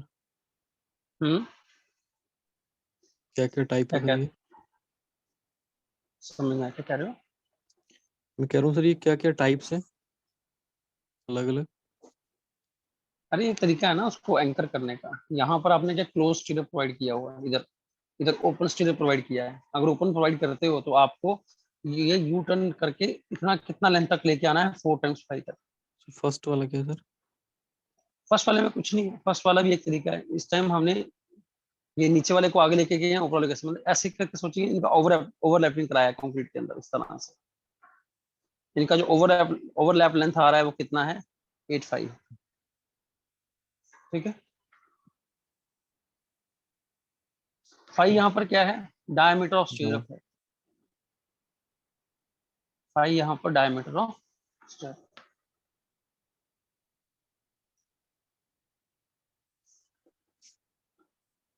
हो गया।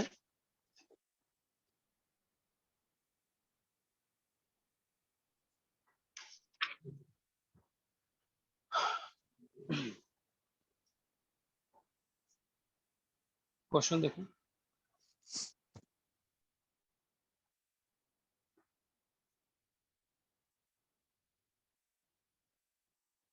What is the anchorage value of a standard hook of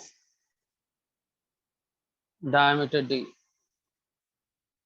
Option A 4D, 8D, 12D and D is 16D. बताओ क्या आंसर होगा? 16. क्या लिखा है? Standard hook. स्टैंडर्ड हुक का मतलब यू टाइप बैंड। अगर हुक की जगह यहाँ पे क्या होता? L. स्टैंडर्ड बैंड, तो क्या आंसर होता? इतना हुक का 8. आंसर क्या है? हुक का आंसर है 16D। अगर बैंड होता तो 8. आंसर क्या होता? 8D। ठीक है। एंकरेज वैल्यू, या एंकरेज वैल्यू को रिप्लेस कर सकता है, ऐसा लिख सकता है इक्विवेलेंट। इस क्वेश्चन में ऐसा लिख लेना, इसको ऐसे भी पूछ सकता है इक्विवेलेंट एंकरेज लेंथ।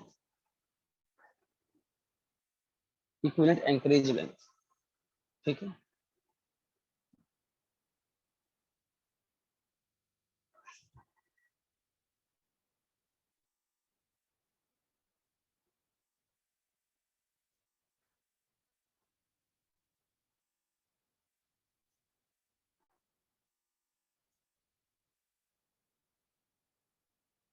हो गया। Next question. दो लिस्ट है मेरे पास, मैच करना है इसमें। ठीक है, मैच टाइप क्वेश्चन है। List 1 and list 2। VU upon BD, second is 0.7 under root FCK, third is 5000 under root FCK, and fourth is 5 FS upon 4 tau BD. List 2 में modulus of rupture, second is development length, third is nominal shear stress, and fourth is hook anchorage value, and fifth is modulus of concrete. Modulus of concrete. ठीक है, options हैं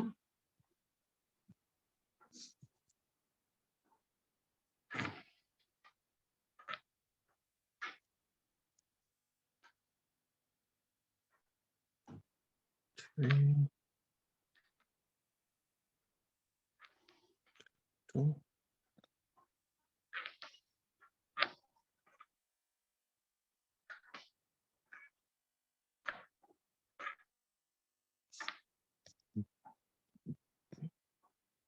A part. तो क्या answer होगा? A part. Development length अभी हमने पढ़ा था, this is your development length. ठीक है। मॉडुलस ऑफ रप्चर क्या होता है? 0.7 अंडर रूट FCK, Yes. पहले चैप्टर में पढ़ा था। ठीक है। VU अपॉन BD क्या होता है? Nominal shear stress. 5000 under root FCK क्या होता है? Modulus of concrete. ठीक है। तो यहाँ पे ए आना चाहिए था, ABCD ऐसे आना चाहिए था। तो 3, ए का क्या है? ए का 3, बी का 5. 1, सी का 5 और डी का 2। Answer A is correct. ठीक है।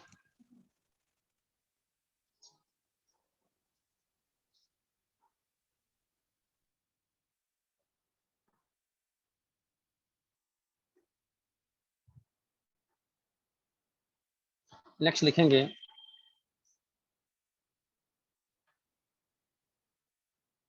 Check for development length in flexure. ठीक है।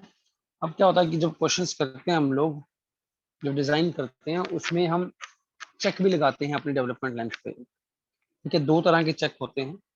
First is when supports are in tension. When supports are in tension,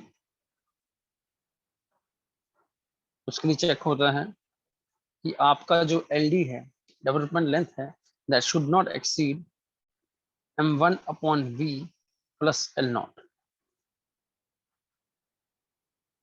ठीक है। सेकंड आपके पास है when supports are in compression,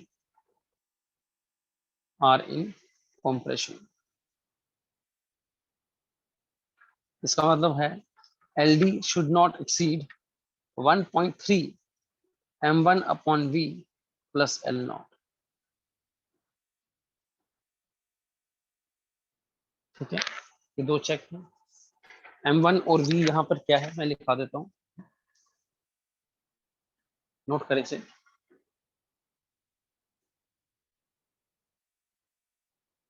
m1 यहाँ है moment of resistance with respect to tension steel alone at the section under consideration।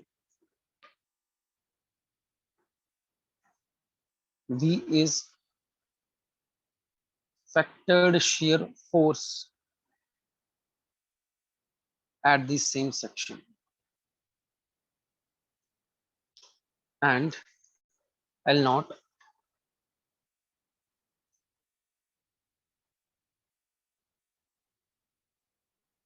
is sum of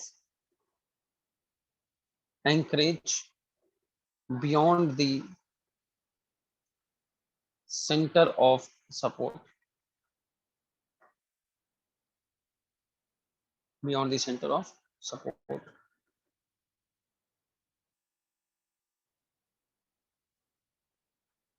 and the equivalent anchorage value of any hook or mechanical anchorage at simple support, full stop, comma, and at a point of inflection and lot is limited to the effective depth of the members or 12 phi, which ever is greater। Note करें इसे।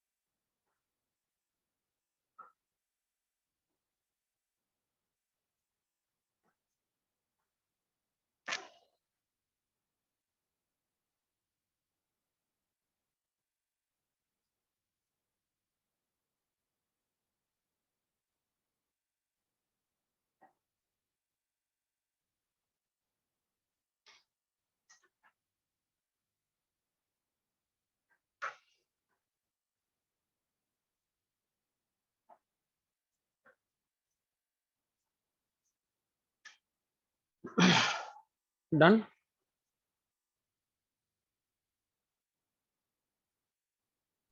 Yes sir.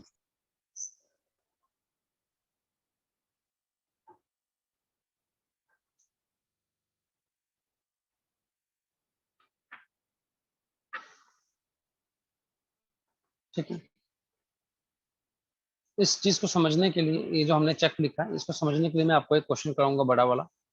बड़ा मतलब कि जैसे हमारा analysis का question होता है प्रॉपर। अभी के लिए आप एल नॉट ये समझ लें, ये एनकरेज वैल्यू। अभी के लिए एल नॉट ये समझे, दिस इज एनकरेज वैल्यू। जैसे अगर हम यहाँ पे देखो लिखा है ना, sum of anchorage beyond the centre of support. तो जैसे सपोर्ट से हम आगे जाते हैं तो एनकरेज वैल्यू हमें दो तरह की मिलती है, एक 8.5 मिलती है और दूसरी कितनी, 16। 16.5। तो मतलब यहाँ पर हमने यहाँ पे हमने दो चीजें पुट करनी है, यहाँ तो 8.5 पुट करेंगे, यहाँ तो 16.5 पुट करेंगे। ठीक है, और फिर ये चेक लगाकर हम लोग ये डिसाइड करेंगे कि हमें इस पर्टिकुलर केस में हमें किस तरह का बैंड देना है। ठीक है, एल बैंड देना है या 16.5 वाला बैंड देना है, वो क्वेश्चन करेंगे तो ही समझ आएगा, ऐसे समझ नहीं आएगा। ठीक है,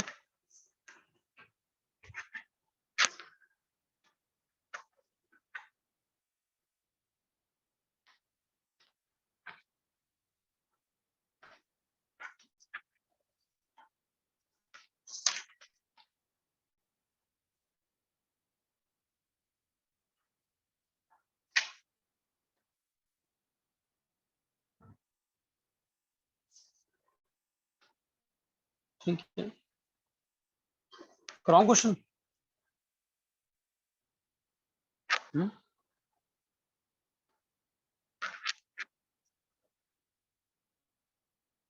simply supported beam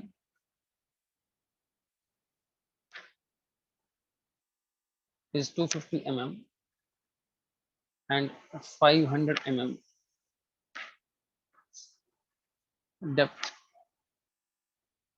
has two numbers of Tor bars of 20 mm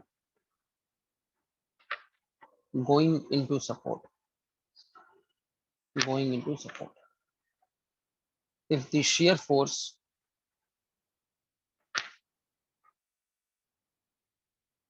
at the center of the support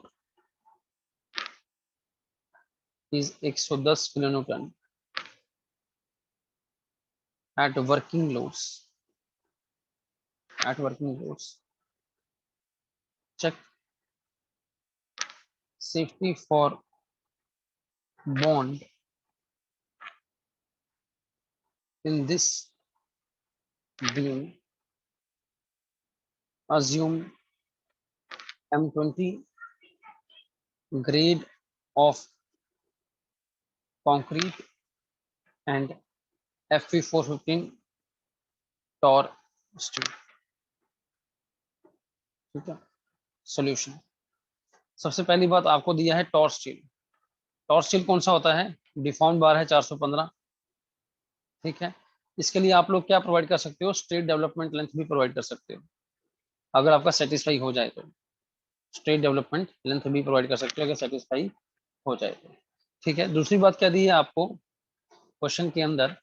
110। 110 क्या है यहाँ पर? वर्किंग लोड पे दिया है आपको शेयर फोर्स, मतलब फैक्टर्ड नहीं है। तो पहले तो फैक्टर कन्वर्ट करोगे, वी यू इक्वल टू कितना? फैक्टर कैसे लगाते हैं? 1.5 इंटू 110, कितना हो गया ये? 165 किलोमीटर। ठीक है, मोमेंट निकाल सकते हैं सेक्शन पर। ठीक है, मोमेंट कैसे निकालेंगे? मोमेंट ऑफ रेजिस्टेंस कैसे निकालेंगे? 0.87 FY AST D minus 0.42 XU। हमें M1 चाहिए ना, हमें M1 चाहिए, हमें V चाहिए। ठीक है, प्लस L नॉट चाहिए। तो M1 के लिए पहले तो बताओ, अब M1 नहीं निकाल सकते हैं जब तक XU ना पता हो। और XU कैसे निकलता है? C इक्वल टू T करके। जरा XU निकाल के बताओ इस बीम का, कैलकुलेट XU। सोचो आपको यही क्वेश्चन है छोटा सा कि XU निकालना है, करो कैलकुलेट जल्दी से।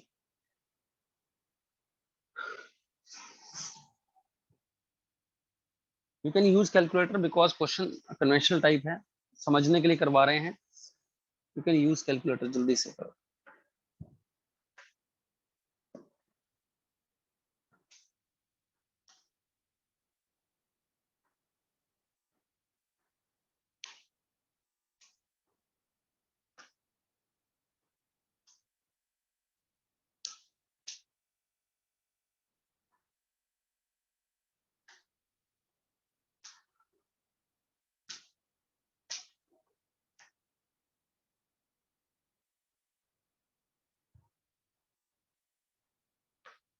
हाँ जी हुआ, कर भी रहे हो या ऐसे ही देखी जा रहे हो कुछ स्क्रीन को ही? कर रहे हैं सर। करो करो, शाबाश, वेरी गुड, यही क्वेश्चन है, आगे क्वेश्चन यही है, चलो करो।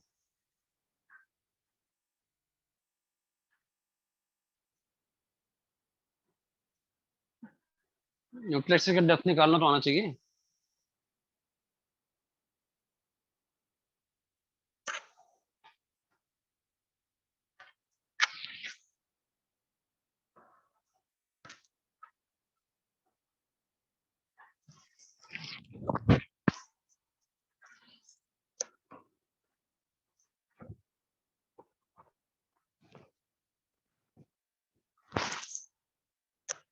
इतना टाइम, एक्सयू का फॉर्मूला क्या है लिमिट स्टेट का?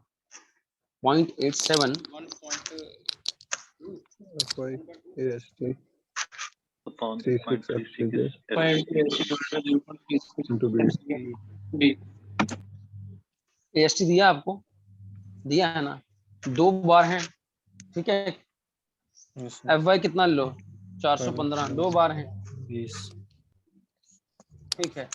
क्या ले लेंगे, 2 इंटू पाई बाई 4 इंटू 20 20 का square divide by G 0.36 into 20 into B कितना दिया है, भाई कितना आगे सॉल्व करके ये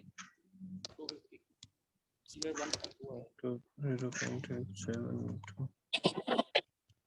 125.6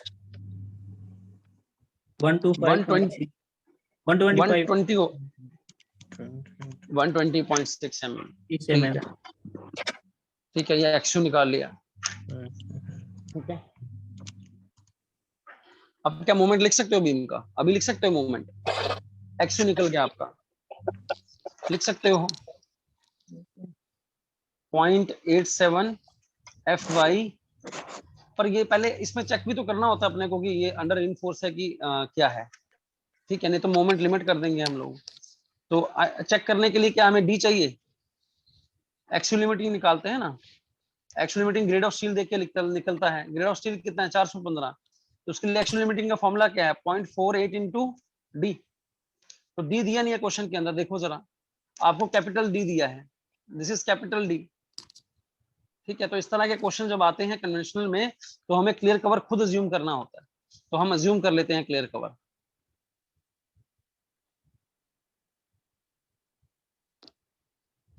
अज्यूम क्लियर कवर कर लो, 25 mm अज्यूम कर लो, ठीक है, 25 mm हमने क्लियर कवर अज्यूम कर लिया। अब डी निकालो, टोटल डेप्थ कितना है 500 minus clear cover minus 5 5 divide by 2, ठीक है ना। अरे यार देखो यहाँ पे ये है ना 20 mm का, ठीक है, हम ये निकालने की कोशिश कर रहे हैं, टोटल डी कितना दिया है हमें 500, 500 में से माइनस क्लियर कर 25 कर लेंगे, तो माइनस डायमीटर का आधा भी करना पड़ेगा ना, 500 माइनस क्लियर कवर कितना है 465 25, 5 कितना हो गया 10 520 दिया है, डिवाइड बाई 2 10 हो गए सर। कितना हो गया 465 mm हो गया, क्लियर है, ठीक है, ये डी निकल गया। अब एक्सयू लिमिटिंग निकाल लो, what is x u limiting 0.45 into D 465 करो जरा क्या आ रहा है 465 into 223 223 आ रहा है,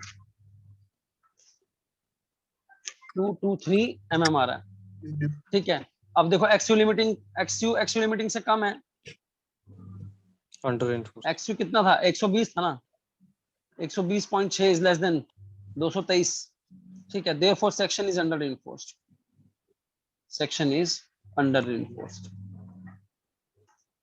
और अंडर रिइंफोर्स्ड सेक्शन के लिए हम दोनों फॉर्मूले से लिखते हैं, और पर हमें एम निकालना कैसे, टेंशन फॉर्मूले से निकालना है, वहां लिखा है M1 0.87 FYAST D minus 0.42 XU, करो करो कैलकुलेशन, FY कितना है 415 into 2 into pi by 4 into 20 का स्क्वायर, डी कितना निकाल लिया 465 माइनस 0.42 इंटू XU, XU कितना है 120.6, करो जरा कैलकुलेट कितना आता है M1,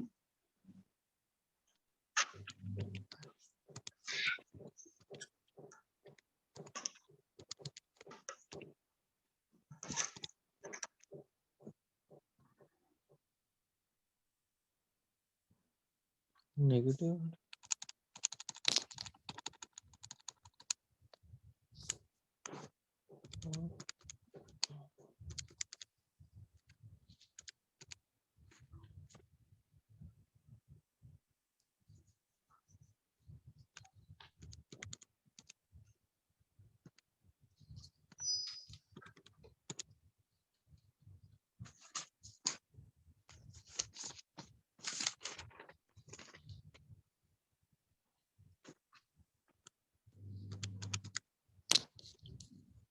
निकला किसी का?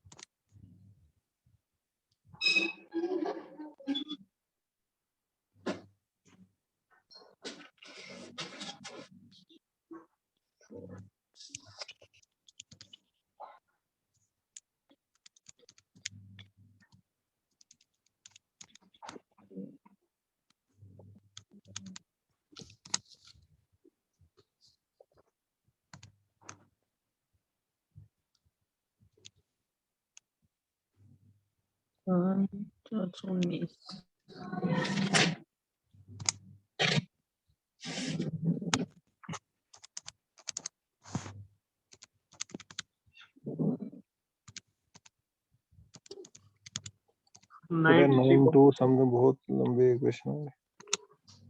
हाँ हाँ बस ठीक है। सर 92 9396 ठीक है ये ले लेते हैं 93.54 ले लो। आपका ट्रांसफर 6 आ रहा होगा ना, उसको किलोमीटर मीटर कर लो, आप न्यूटन एमएम में भर रहे हो वैल्यू सारी, ठीक है। Yes sir yes. अब आपके पास m1 आ गया है, आपके पास v आ चुका है, v आपका देखो ऊपर है 165, ठीक है, फैक्टर है ना v, ये निकाला हमने 165, m1 आ गया, v आ गया। अब हमने क्या करना है, ठीक है, फॉर बॉन्ड, ठीक है, यू नो LD, अच्छा सपोर्ट बीम कौन सा है, सिंपली सपोर्टेड बीम दिया है, ठीक है, तो सपोर्ट्स किस में होंगी, कंप्रेशन में होंगी। सपोर्ट्स अगर कंप्रेशन में होंगी तो कौन सा फॉर्मूला लगेगा, LD का 1.3 m1 ये वाला, ठीक है, ये याद रखना। अब LD should be greater than 1 point, should not exceed है ना, m1 upon v plus L0, ठीक है। हम पहले में क्या कोशिश कर रहे हैं कि टॉर्क स्टिल है तो क्या कर दो, स्ट्रेट लेंथ प्रोवाइड कर दो, हम ये चाह रहे हैं कि स्ट्रेट लेंथ प्रोवाइड करके देखते हैं। अगर स्ट्रेट लेंथ प्रोवाइड करोगे तो L0 कितना हो जाएगा, 0, ठीक है। तो एक बार LD फॉर्मूले से निकाल लो, LD क्या निकलेगा 0.87 FY अपॉन 4 टाउ BD, ठीक है, इंटू 5, कितना आ गया ये 0.87 FY कितना है 415, 5 कितना है 20, 4 इंटू, ठीक है, टाउ BD में क्या लिखूं, ग्रेड कौन सा है कंक्रीट का, ये 20 M20, M20 के लिए टाउ BD का वैल्यू क्या देखो जरा,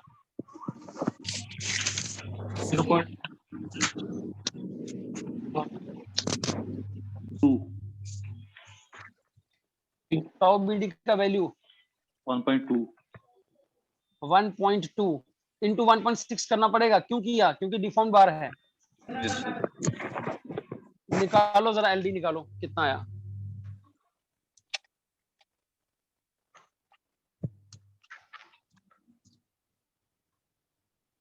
नाइन 40 ये आता है आपका 940 mm, 940 mm। अब लगाएंगे चेक, अब आपने जो 940 mm लगाया है वो एक्सीड नहीं करना चाहिए किससे, 1.3 m1 अपॉन v, m1 क्या है प्लस L0 जिसको आपने 0 ले लिया है, 940 शुड नॉट एक्सीड 1.3, L0 क्या क्या लिया है 93.54 इंटू 10⁻6 कर दो न्यूटन mm, v कितना है 165 इंटू 10⁻3, या राइट साइड कैलकुलेट करो, देखो एक्सीड हो रहा है कि नहीं हो रहा है।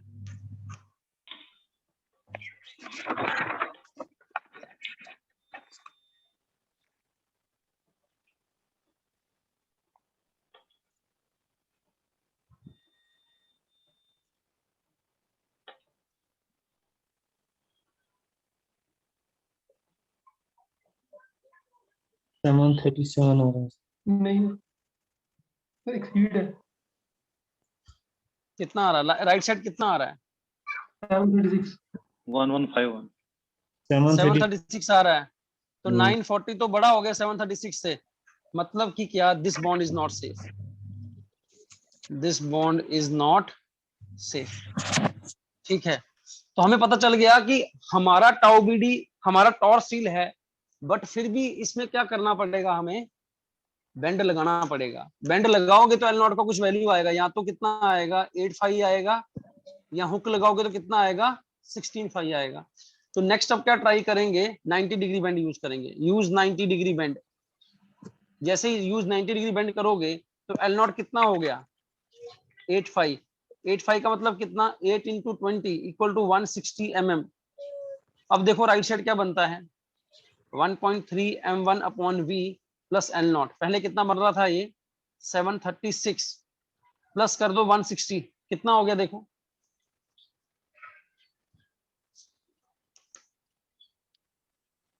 एट 896। क्या अभी भी एक्सीड कर रहा है लेफ्ट साइड? जी यस सर. सर। ये हो गया 896.5 mm। Still LD is exceeding, ठीक है, 1.3 m1 by L not. Therefore this bond is also not safe, is also not safe.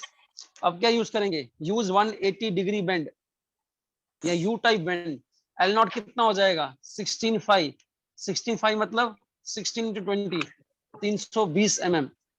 ठीक है, आपका एल डी क्या बनेगा, L D should not exceed 1.3 m1 upon v plus 320 mm। ये कितना था 736, 736 प्लस 320 कितना बन गया, ये 736 प्लस 320 करो 1056। 1056। और अब एल डी कितना था 940 समथिंग था, 940 mm। अब आपका आ गया लेफ्ट साइड छोटा आ गया किससे, राइट साइड से। Therefore now this bond is safe. तो मैंने आपको पूरा क्वेश्चन करके बता दिया, दिस इज हाउ वो डिजाइन। ठीक है, इस तरह से हम लोग ये चेक लगाते हैं। हो गया,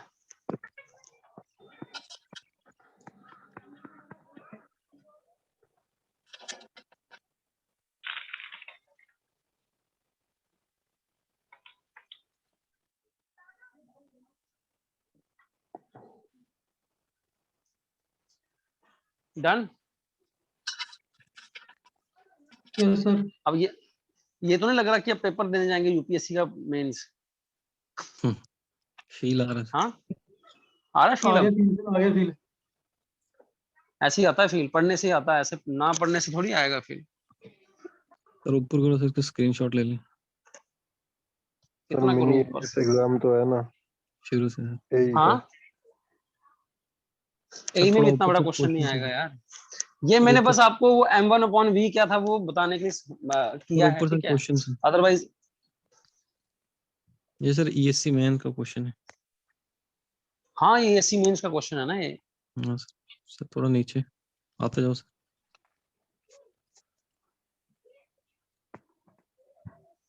हमारे पास जब बैच में बहुत टाइम हाँ होता है तो हम ये क्वेश्चन करा देते हैं, जेई बैच में भी क्लासरूम में करवाते हैं हम लोग, बट टाइम भी होना चाहिए वैसा।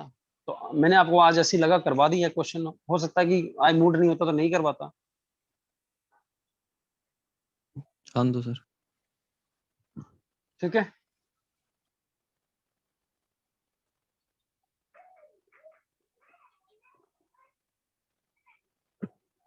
पर एक बात है ऐसे क्वेश्चंस करके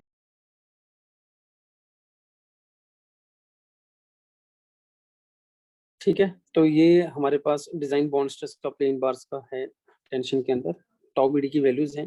ठीक है, दो मेथड्स हैं हमारे पास, वर्किंग स्ट्रेस मेथड, तो जो हमने पहले वैल्यूज डिस्कस की थी वो वर्किंग स्ट्रेस मेथड की थी। लिमिट स्टेट मेथड की वैल्यूज ये हैं। ठीक है, हमने जो क्वेश्चन किया है उसमें हम लोगों ने कौन सा वैल्यू लिया है, M20 का 1.2 वैल्यू लिया है। ठीक है, क्योंकि वो क्वेश्चन लिमिट स्टेट का है। M20 का 1.2 वैल्यू लिया है टाउ BD में, क्योंकि वो क्वेश्चन किसका है, लिमिट स्टेट का है। ठीक है, ये आप लोग नोट कर लें वैल्यूज। ठीक है, और कम से कम आपको लिमिट स्टेट की वैल्यूज याद होनी चाहिए। ठीक है, ये वैल्यूज कम से कम आप लोग याद कर सकते हैं। ठीक है, स्टार्टिंग की कर लो 2-3 काफी। ठीक है, दैट्स इट।